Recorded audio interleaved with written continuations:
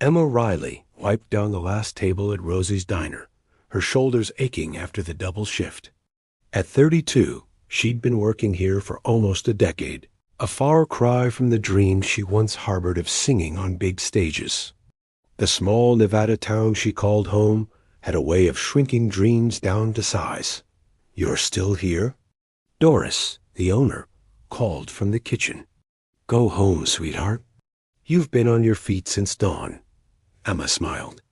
"Just finishing up." Her tiny apartment above the hardware store wasn't much, but it was hers. The walls were thin enough that her neighbors often commented on her singing while she cleaned or cooked. Emma didn't mind music was the one thing that made her feel alive. When her phone rang with an unknown New York number, she almost didn't answer. "Hello, is this Emma Riley?" "Speaking. This is Jennifer Matthews from the Griffin Hour. We've received multiple recommendations about your voice, and we'd like to invite you to appear on our show." Emma nearly dropped the phone.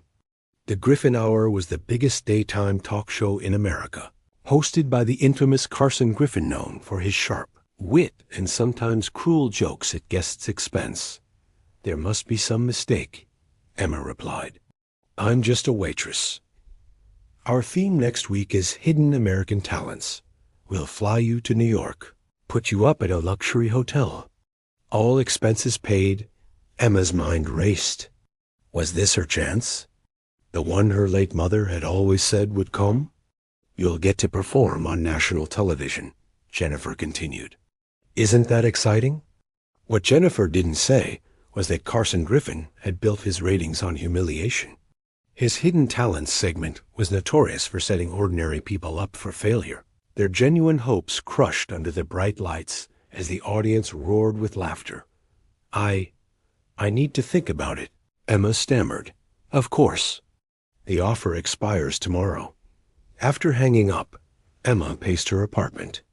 She opened the cherrywood box on her knitstand, her mother's last gift before cancer took her. Inside was a silver locket and a note. "Music sets you free. Don't be afraid to let others hear your song." Emma touched the locket, remembering her mother's unfailing belief in her talent.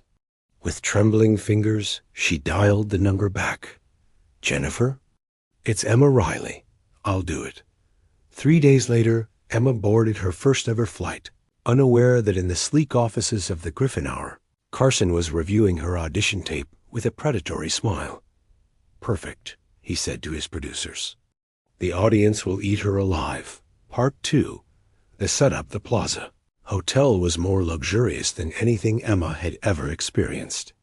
Crystal chandeliers, marble floors, and staff who treated her like royalty. Her suite overlooked Central Park, a view she'd only seen in movies. The production assistant, Torai, had delivered a designer outfit for tomorrow's show, a simple blue dress that seemed innocent enough. "Mr. Griffin likes his guests to look authentic," Torai explained with a forced smile. That night, Emma couldn't sleep. She stood by the window, watching the glittering Manhattan skyline, practicing scales under her breath. What if she wasn't good enough? What if her small-town voice couldn't stand up to national scrutiny? Morning came too quickly. In the studio, makeup artists worked on her face while Torai briefed her. Just follow Carson's lead. He might ask you unexpected questions, but that's part of the fun. Emma nodded, though the knot in her stomach tightened. From the green room, she watched the monitor as Carson Griffin opened the show. Tall, immaculately dressed in a custom suit, his silver hair perfectly styled, he exuded confidence and charm. But his eyes remained cold as he bantered with the audience. "Coming up, we have a waitress from Nevada who thinks she can sing," Carson announced with a smirk. "We'll see about that." The audience laughed knowingly. When Emma was escorted to the stage, the bright lights momentarily blinded her. Carson's handshake was firm but impersonal, his smile not reaching his eyes. "So, Emma, you serve coffee by day and fancy yourself a singer by night?" His tone was light, but carried an edge. "I've always loved music. Emma replied softly. And what makes you think you're good enough for national television? Carson pressed, the audience already tittering. Emma felt her cheeks burn. I don't know if I am. I just know singing makes me happy. Well, happiness doesn't equal talent, Carson retorted, earning more laughter. In the wings. Torai looked away, unable to watch the inevitable humiliation. She'd seen this scene play out dozens of times. Ordinary people with extraordinary dreams being crushed for ratings. Carson pointed to the band. Let's see what you've got. What will you be singing for us today? Emma took a deep breath, fingers clutching her mother's locket. A song I wrote myself.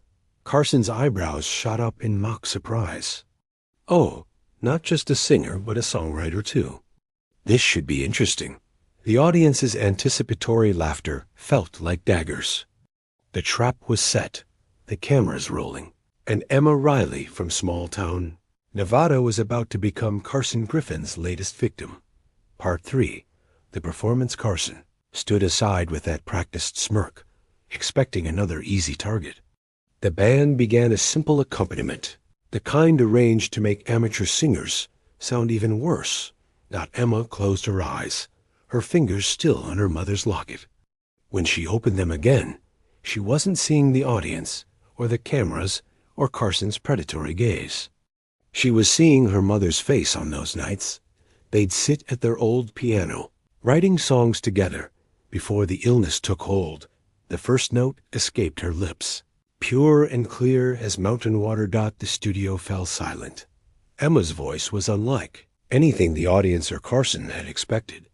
It wasn't the manufactured perfection of pop stars, but something raw and authentic, carrying both vulnerability and strength. The song itself told a story of small-town dreams and resilience in the face of loss, each word resonating with genuine emotion. Carson's smirk faltered. This wasn't part of the plan. In the control room, producers exchanged glances. Ratings were already spiking as viewers texted friends to turn on their TVs. Social media was lighting up with clips of the performance. Emma hit the chorus, her voice soaring with a power that seemed impossible from her small frame. Every note was infused with the years of singing alone in her apartment, of dreams deferred but never abandoned. In the audience, a woman wiped away tears. Several people had already pulled out their phones, recording the unexpected moment. Even the band members, seasoned professionals who had seen it all, were exchanging impressed glances. Carson Griffin stood frozen, his carefully constructed segment crumbling before his eyes. Instead of humiliation, he was witnessing transformation, and worse, he was being upstaged on his own show. When Emma finished the final note, there was a moment of complete silence before the audience erupted in a standing ovation. Cheers echoed through the studio as people rose to their feet, many wiping away tears. Emma stood there, surprised by the reaction, her chest heaving slightly from the emotional performance. The locket felt warm against her skin. Carson approached, his expression unreadable.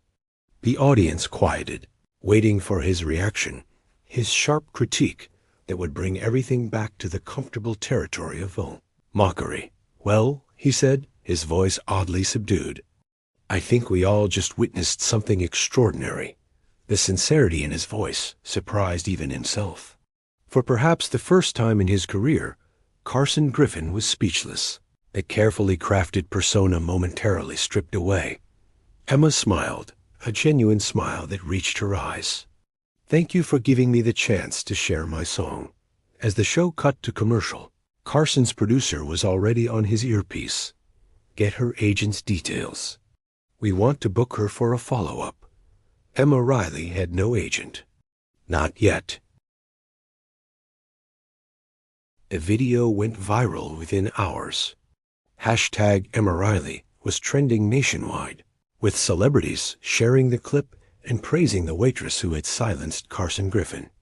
Her phone hadn't stopped ringing since she'd returned to her hotel suite. 3 record labels want to meet with you tomorrow, Tori told her, now inexplicably assigned as Emma's personal assistant. and Carson would like to speak with you privately." Emma sat on the edge of the luxurious bed, still in shock. "This can't be real." "It's very real," Torrey assured her. "And between us, I've never seen Carson rattled like that." The meeting was set for Carson's private office, a sleek space with floor-to-ceiling windows overlooking the city. When Emma arrived, she was surprised to find him alone, without the entourage that usually surrounded him.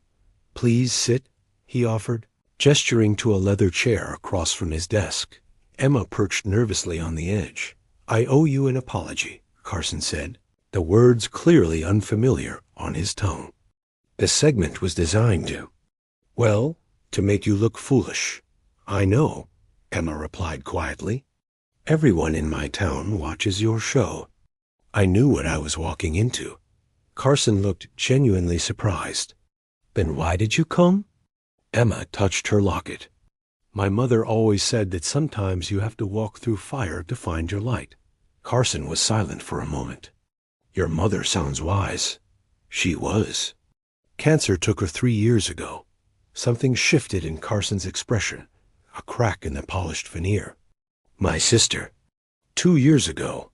The confession hung in the air between them, an unexpected moment of connection. "Your song," Carson continued. "Was it about her?" Emma nodded. "About her, about me, about not giving up even when it seems like the world has forgotten you exist." Carson leaned back in his chair, studying her with new eyes. Not as a target, not as a ratings boost, but as a person with depth he hadn't bothered to see before. "I'd like to offer you a regular spot on the show," he said finally. "Not as a gimmick, but as a genuine artist. Your own segment, your own terms." Emma's eyes widened.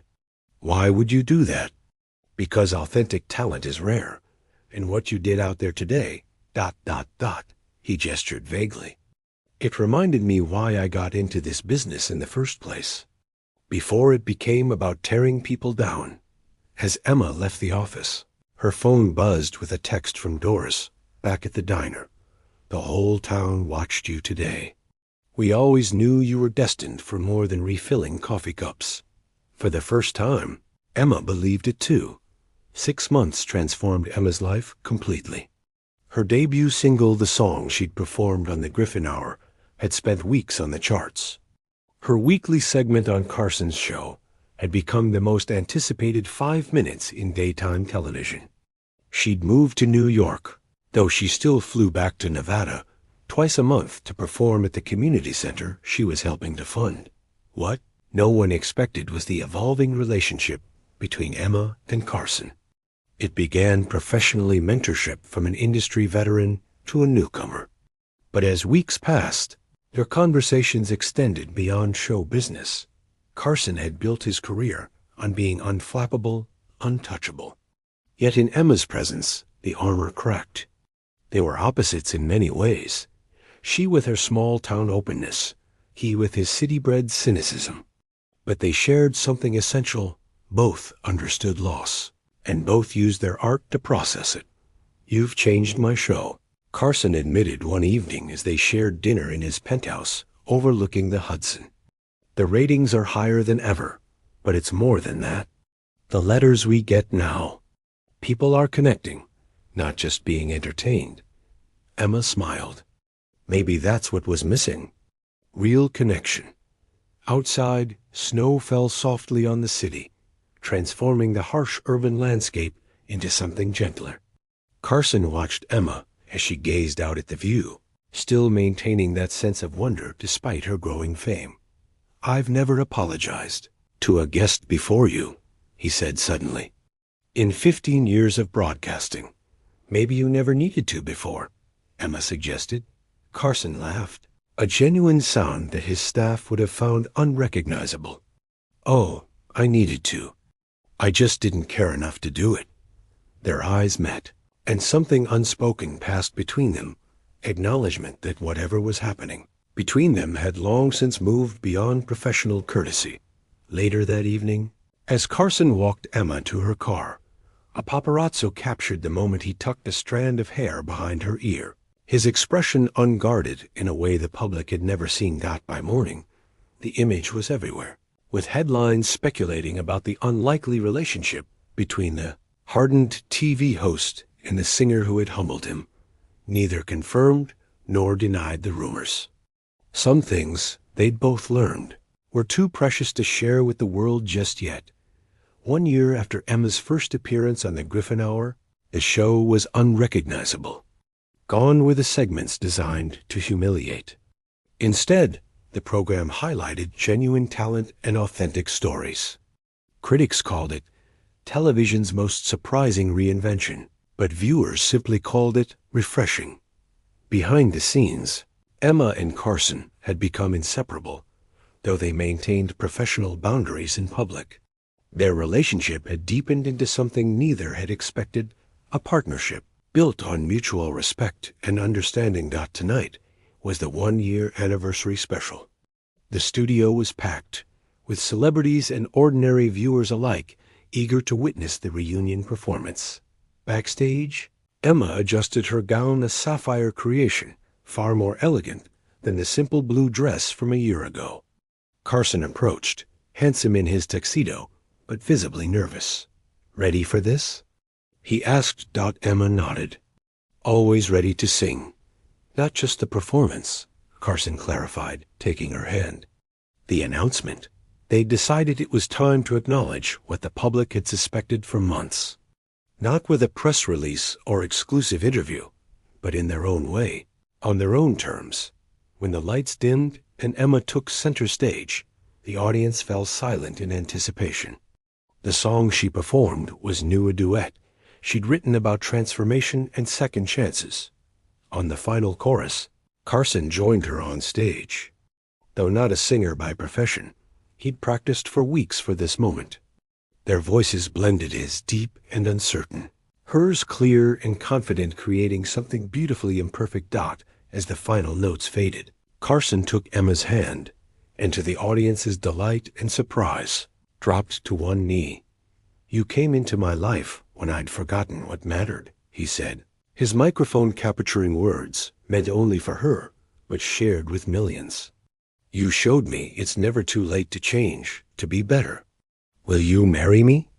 Emma's eyes filled with tears as she nodded, unable to speak for perhaps the first time since they'd met. The audience erupted in cheers as Carson slipped the ring onto her finger, a sapphire surrounded by diamonds, matching her eyes and the color of the dress from that first day.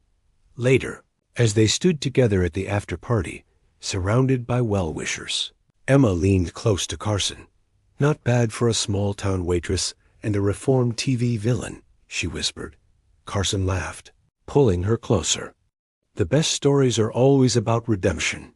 Emma touched her mother's locket, now containing a small photo of them, both alongside her mother's picture.